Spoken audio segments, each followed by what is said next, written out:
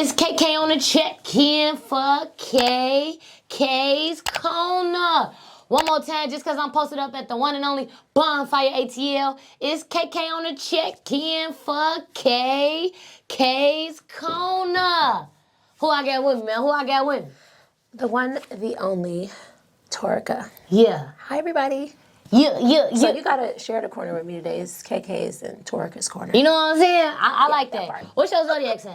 I'm a Leo. Oh, see, she got that Leo energy. Big I'm a Leo, Sagittarius. yeah. Okay, you got I that Leo. love Sagittarius. When's your See, birthday? we the best zodiac sign. I'm saying December 10th.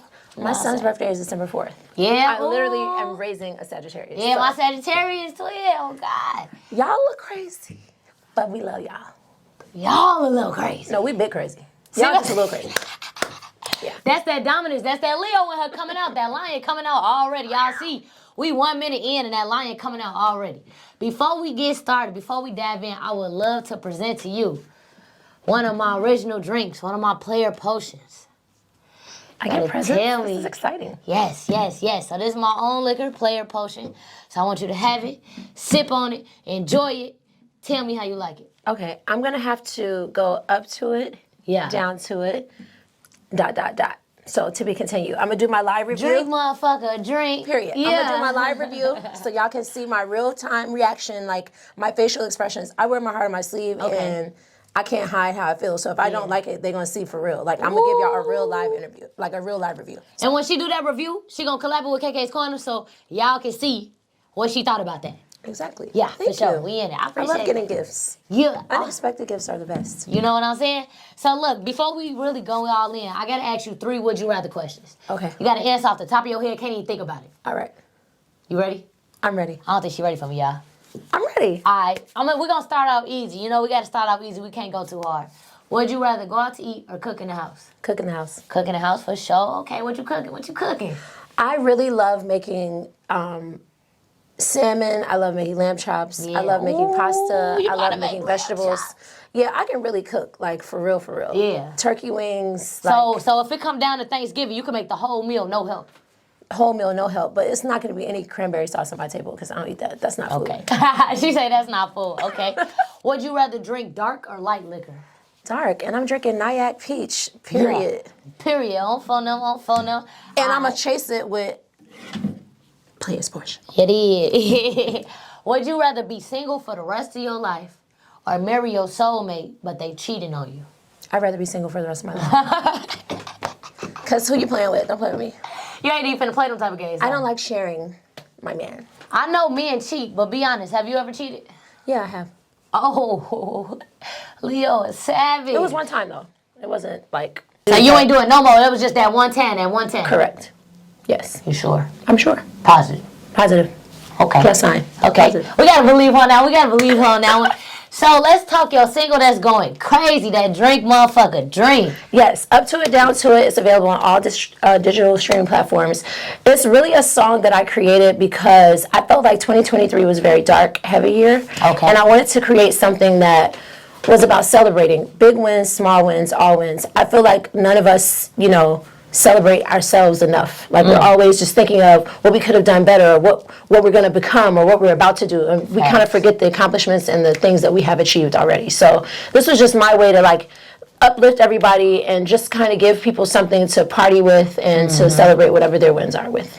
But it's smart though. I be telling people all the time, like artists, make a club song, make a twerk song, make something that the DJs can play in the club, the strip club, the lounges, because that's why all the exposure, that's why all the people that make a song that can go up in the parties, man. Yeah, for sure. You know what I'm saying? I actually done heard that motherfucker in the club before, so I can actually vouch that the DJs be fucking with it. No, they really do. They and do. I gotta shout out all the DJs that have been playing my record. Yeah. I'm not gonna shout out anybody specifically because I'm gonna definitely leave somebody out, but all the DJs, all the spots that have... Whoa. Why they get left out? Because I can't remember every single DJ off the top of my head. So it's just like when you accept an award, you got to be careful who you thank, because then you can't be like somebody you out. gotta be like, shout out to the whole family, all my cousins, little A-Rod and them around the corner, you know, I ain't forget about you. Yeah. So I really just want to say thank you to all the DJs, all the program directors, all the internet radio stations that have been playing my song, and all the people. I consider my followers my supporters. supporters, my fans, my tribe. So shout out to the tribe. Hey, y'all. Oh, okay. You consider them your tribe. How did you get into calling your fans and supporters your tribe? What motivated that term? Well, you know, Rihanna has the Navy, Beyonce has the Hive, Taylor has, I think, the Army. And I felt like Torica needs something because I'm going to be a household name. So I need to be able to identify who my people are when I come in the room. And I've already, you know, surrounded myself with a tribe of dope women. So I felt like I could just extend that and make everybody part of the tribe who's, you know, tapping in with me. So, yeah. Okay. So I have to ask, growing up in South Carolina, what artists did you listen to growing up? Who motivated you to think, maybe I can start making music? So I honestly listened to Sade, I listened to Anita Baker, I listened to Brandy, SWV, Faith Evans. I was real big on the bad boy era of R&B. Okay. So those were like some of my favorite albums, like No Skips, Mary J, like, you know, real R&B, Jodeci, Boyz Wow, II not Men. fucking with her on karaoke night, G. Yeah, I know. Touching her on karaoke night. My karaoke catalog is very extensive. I'm talking about she can go hit for hit all night. Yeah, for sure. Yeah. But honestly, what I loved about those artists is they made music that I felt like it not only sounded good, it felt good, and it was about something. It had substance. It wasn't just like a song. It was like this song means something to somebody or to that artist at that time. So facts. That's what I feel like we missing in a lot of the music nowadays. People just making something just because it sound good to them, but it really don't got no purpose, meaning a real message behind it. Yeah. Whether it's motivational, real life, venting, turn up, like it gotta have something behind it. You can't just be talking on the beat. Well, that's because a lot of people are making songs that they're trying to get rich quick or get famous quick or go viral. Like, you can't go in the studio like, oh, let's make a viral song today. Your song is going to become viral based on how it resonates with people. You're not just going to, like, you can't go in the studio with that mindset. It's just, that's not really authentic. So what was the process of you making your song that everybody loving so much? What was the process of it? Well, I went to an HBCU. Shout out to Howard University. I mean, it ain't CAU, but we're going to take it, though. It's an HBCU. We're going to take it. It ain't Clark. It ain't Clark. C. Howard is the Harvard of HBCUs. So I do be hearing that. But I love CAU, and I love Spelman. I love Morehouse. Like, we're all elites. HBCUs. Yeah, you know what I'm saying? We're all prestigious. We ain't gonna pit black people against each other, y'all. Y'all know I just be playing. I be trolling. Right. You definitely was trolling. I definitely be trolling. But I know, like, being in college, that was like a really popular phrase that the frats used to use when they were like be drinking, even though they wasn't supposed to be. Right. So I was like, I needed something that would connect, like, the younger generation to, you know, like the Gen Zs and the millennials, like connecting them. And I felt like this song can be, whether you're drinking water, wellness shots, juice, you doing squats and you going up to it, down to it. It's like, it can mean so many things. So not only was it about celebrating, but it was like a song that people can attach to whatever they're going up to it, down to it with. Because everybody doesn't drink. So some people drink wine, some people drink liquor, some people drink water, some people drink juice. You say, put your water bottle in the air when this song come on in the club. You know what I'm saying? Big hydration. Yeah, but that's what it's about, just bringing everything together. That's what it's about, for Absolutely. sure. So I got to ask, with Valentine's Day coming up, keep it real with me. What's the worst Valentine's Day you ever had? Well, I will say that it wasn't anything. That was the worst. I didn't get anything. There was no car. There was no flowers. And you was like dating somebody. You was with somebody. And it was just no effort. Yeah, the situation that we spoke about earlier. So I was like, oh, that's how you should have known someone, right? Okay. That's how you should have known. Okay, that's what's up. This will be the last year of me going through this. So. Bro, I would have instantly. February 16th would have rolled around, no gift. I would have showed up in that robe with the hot water. Nigga, we're done. Pour the hot water on it. Nigga. Not the hot water. Well, take it back to the Medea days. Oh, God, get that hot water in the belt. Fuck me. You're trying to catch a case. See, I'm not trying to do all that. I can't make these songs behind jail. Hey, I ain't gonna lie though. You will come back and you'll go stupid. They gonna be, free you. Yeah, that could be a little marketing. And it be so crazy how it seemed like when the artists go to jail and come back out, it seemed like it is a marketing campaign even though it's real life. Yeah. Why do you feel like the black community praises it so much and kind of make it a marketing campaign? Well, I think in our community from the beginning of time, it's always been a lot of concentration on showing our wealth, wearing our wealth, driving our wealth, pulling our wealth out, holding it up to our ear. Yeah. So when the neighborhood dope boy goes to jail and he's been taking care of everybody, they're going to be happy to see him when he come back because they know that when he get back on his feet, he going to continue taking care of the hood. So I think across the board, it's just like, oh, we want to show love back to the person that, you know, poured into the community. Even if they were doing something illegal and they got their money, you know, the wrong way, it's still like, in some neighborhoods, those are the only people you see doing well and being, you know, showing signs of success. So a lot of people look up to that. So honestly, it's not the best thing to glorify, but you know, when people do come home, if they are rehabilitated or they stash money away when they left, people know when they come back, they're going to be, you know, back outside, taking care of the kids, doing turkey drives, toy drives. Come on, what you want, twin? It's my first day out, man. You got to come home with me. So it's good and bad, honestly. Yeah. Is it any hoods in South Carolina? Like, is it dangerous out there? It's a lot of hoods. Go y'all behind the camera like, yeah, it get real back there. It's a whole lot of gang shit going on out there. It's honestly awful. Really? Yeah, it's real bad. Before I came to college and was exposed to so many people, I used to think like Chicago is the toughest place in the world. It's crazy how when you move out of your hometown, like as a youngin, like when you go somewhere else and connect with different people, you realize it's the same over there in that state, that city, that state, that city, that hood. It's all the same, just different names. Yeah, and I feel like cities like Chicago, Detroit, New York, those are big cities because of the population. So you're going to see those cities more so in the news versus a smaller town. But what's going on? It's a hood in every city. Like facts.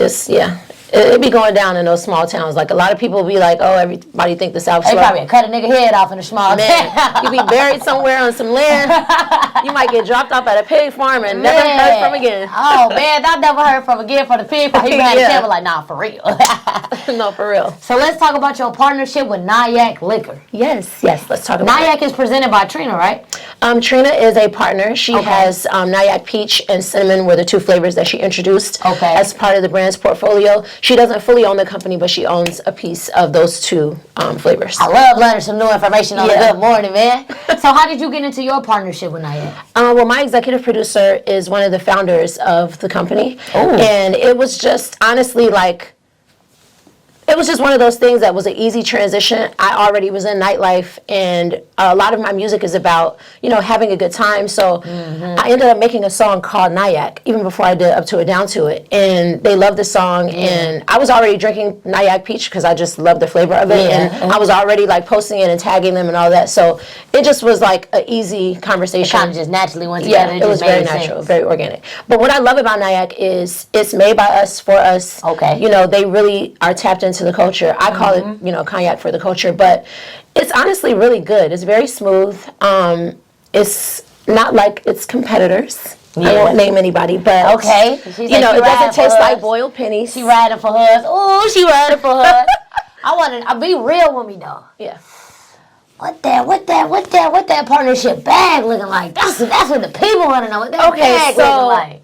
I've been raised that you don't tell people like how much money you make or whatever, unless you're in the NBA and the NFL and they blast your salary all over good though. The internet. But yeah, the paper is papering. Okay. That bag good though. For sure. The bag is bagging. Okay. So I seen a video online of Tyler the Creator singing your song. How do it feel when other artists who've just been in the industry longer, I'm not even gonna say bigger because I feel like we all big, we all gonna make it. Everybody just got their certain time they shine. But we all got our foot in the door. So how do it feel with a bigger artist recognizing your music and just showing love to it? That was like amazing. So what KK is referring to is Tyler the Creator going on the Narwhal show. And his show is like a global show. And somebody DM'd that to me because he was on his YouTube like early, like maybe 2 days before that. And they were like, yo, Tyler the Creator is singing your hook on the Narwhal show. And I'm like, what? So they DM'd me. I'm like, oh my gosh, day made. I had no idea. I just woke up and this was in my message. I'm finna pop a shot right now as soon as I seen this. Right now, where's Nyack at? For sure. Like, honestly, you know, a lot of artists try to just say, oh yeah, I only listen to my own music, but that's not true. Like if you're a true artist, you listen to everything. So to be recognized like that by somebody whose music I actually am a fan of, that felt really good. And you know, at this point, it's giving iconic. Like your girl is that girl. You know what I'm saying? I know it was like a real motivator too. Like I would have woke up and seen that like, okay, it's time to go 10 times harder. Somebody booked my studio session tonight. I gotta keep pushing out. Because I feel like God sends you signs and faith and blessings through different ways, different people. Yeah. So it's like that right there was like a sign from God, like, yeah, you got this. Yeah. This is what you're supposed to be doing. No, for real. Let's keep going harder. Yeah. I agree with that. Like a lot of times when you're recording and you're writing, the music industry is like a hurry up and wait game. It's like hurry up and get these songs done, but then you got to wait for it to be mixed. You got to wait for it to be mastered. You got to wait for it to be released. You got to wait for the photo shoot. You got to wait for the artwork to come back. It's like we're always waiting on something. And then for me on the songwriter side, because I'm a Warner Chappell published songwriter, I was writing so many songs for other people, and like they're like, oh, this project needs to be wrapped up in 3 months. We're submitting all these songs, and then they're like, okay, well they're going through the songs now to see which ones they want to use. There's a song I wrote for Monica that B. Cox produced, and you know, we did the song. She loved it. She heard it. She came to the studio probably the next day. She cut it. She killed it. Everything was fire. The album didn't come out until a year later. So it was like, hurry up and wait.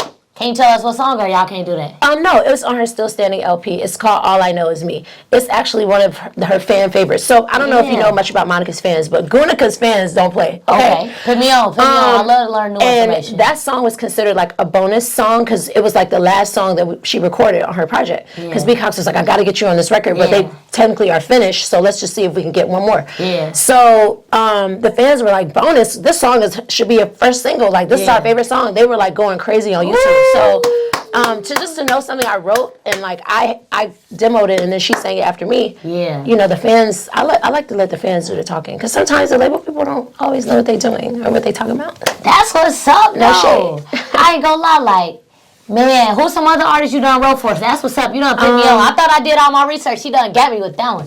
Gucci Mane, Misbehaving, Rick Ross, Young Jeezy. I've done 4 songs with Snoop Dogg. I've written for Tierra Marie. I used to work with The Clutch. Yeah, let them know. Pop it to her. She the GOAT. Polo the Don. I actually was the first songwriter to write on a Polo the Don beat. Like when he first started producing, I was right there. Like the first song he ever produced, She say, I've been in the field. I literally watched it. It happened in front of my eyes. Yeah, literally. That's like I've seen a lot of people come up and we've come up together and we all have progressed at different times in our life. So, you know, the biggest flex for me that I can say is I was successful before social media. No shade, no tea. I'm just speaking facts. But that organic, that networking, that's how you really get out there. Like, when people can say, yeah, she do it without you having to promote it on social media, like, that's how you know you really lit in real life. Yeah. And that's how, it seems like that's how the music industry is. Yeah. I met this, what was the name of the producer we just met, the dude making beats? What was his name? Animal. We just met Animal the other day, and he don't even have a big social media presence, but his presence in the music industry is crazy. It seems like that's just how some of y'all operate. Yeah, I think that I love the digital landscape. I love what social media has done. I love how it connects us all. But when I did Sick of Being Lonely for Film Mob, our likes and our shares and our reposts were us going out in the world and seeing people respond to the song when we were performing it. We didn't have anywhere to see how people were like connecting to the song. We had to literally get on the road. We had to go do shows. So that was how we were getting our likes and our followers. That's real. People were coming to the record store and doing, buying records, standing in line and like doing meet and greets, and we were signing autographs. Like that's how we got to see our impact. So how do it feel to go from that to what the time is now? Like, how do it feel just to see the change? I think it gives me an advantage because I know how to connect with people in real life, but I also know how to connect with people on social media. I'm not the most social media savvy in the world, but I do know how to make connections with people on both sides. And I feel like a lot of artists who've come up in the digital age, they don't know how to make real life connections. Because we go to events, everyone's just standing around, they're on their phone, they're like talking to the people they came rolling up a wood, facing the anxiety. I need to leave the room better than I found it, and I need to leave the room knowing somebody I didn't know before I got there. So when I'm in the room, I'm working the room. I'm walking around, I'm introducing myself. What do you do? What's your name? Where are you from? Oh, let me follow you on Instagram. That's what I'm doing. That's how it's supposed to be, and that's really how I came up. Like, shout out to all the people who really like helped me get out there. We talking about my boy Scott Morris. I used to go to all his showcase network and hosted. Talking about DJ Waffles, like all the people who really helped me first put in the rooms and was like, okay, well, this is what you gotta do. You gotta talk to everybody. You gotta do this, and like that's really how I got out there too. That's the best way to do it, though. Relationships are currency. I tell people that all the time. Facts. So you did that Mood Swing tour with Vito the Singer. I did, yes. What was your favorite moment from that tour? My favorite moment was the first night. Okay. I'm not gonna lie, guys. When I perform, I never get nervous. I'm always excited. I'm always ready. But I was nervous, like for the first time in my life. Like I don't know what was going on, but I was just nervous. That's how I knew I was on the brink of something major, because I felt nervous. Yeah. I was nervous because I just really wanted to do a good job. It was like the first night of the tour. I wanted Vito to feel like he made a good decision by putting me on the tour. I wanted his fans to be like, okay, girl, we ain't come to see you, but what you about to do? The pressure is I was walking back and forth like, okay, I got this. Yeah. But when I got on the stage, I introduced my set with Sick of Being Lonely, and literally, they were singing every single word the whole time. Like, they went crazy. You know it was about to be I was like, okay, it's over, it's a wrap. Yeah. So after that first little initial like minute or two, then I owned the crowd after that. Like, I owned the stage, and I killed it. And shout out to Vito. It was a great experience. Yeah, for sure. I learned a lot. And when I go back on the road again, I'm going to take everything I learned, perfect it a little bit, and just keep elevating. Because that's what it's all about. Yeah. And I love how you can organically, naturally, honestly say that. Because we live in a world where everybody want to make their life seem like something it's not. Everybody want to seem perfect. Everybody want to seem all put together. So the fact that you could naturally come on here and say that with as much progression as you getting in the music industry, it's dope. Yeah, I mean, I'm far from perfect, but I embrace the things that I'm not good at because I know that I can be better at them. Facts. I'm never done. I'm always going to improve. I'm always going to progress. I'm always going to evolve. If you knew me last year, you don't know me this year. Because I'm growing.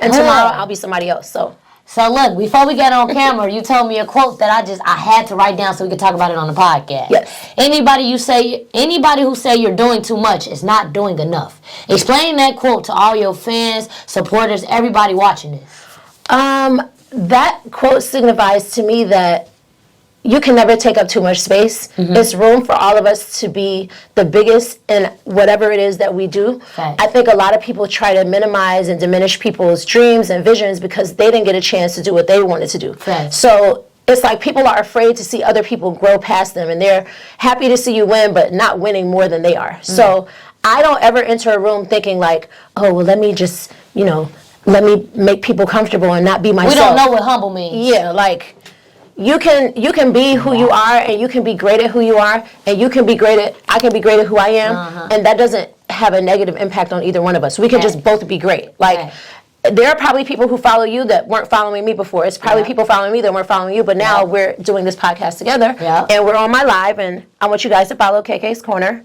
on Instagram. But I just feel like, a lot of people have been programmed to compete against each other, and I feel like collaboration over competition all day. Facts. Because that's how you really grow together. Black people don't listen. They've been telling you this shit since ancient times. When you team up together, you grow together, you get bigger wins. Niggas just don't listen. Yeah, everybody but it's also been ingrained and programmed to us to compete against each other. So that part too. It's very difficult to like deprogram yourself from that. I think we are starting to get in the space where we are growing away from that mentality, but it's still a little difficult because if you were always raised like, you're the prettiest, you're the smartest, you're the best, how do you think you're better than other people? How do you get out of your head? That's facts. That's facts. I tell my children, you're great, you're amazing. There's somebody else that's better than you, and I want you to learn from them. That's real. Yeah. That's real. That's advice to all the parents out there. I hope y'all listening to that. Yeah. Raise your kids to love everybody, support everybody. And to be able and willing to learn from other people. Yeah. Before we get up out of here, what's the most valuable life lesson you feel you learned so far? The art of saying no. Yeah, I used to be a people pleaser. I used to be a yes, I'll do it. Spreading myself super thin, giving 10% to 100 things, and now I'd rather give 100% to 10 things. I know that's right, man. It's KK on the check-in for KK's Corner.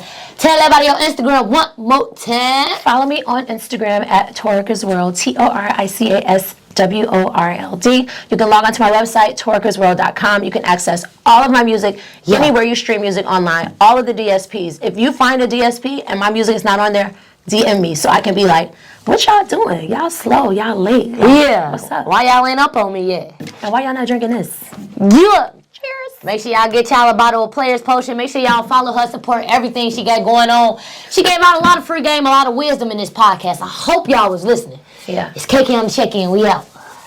Peace.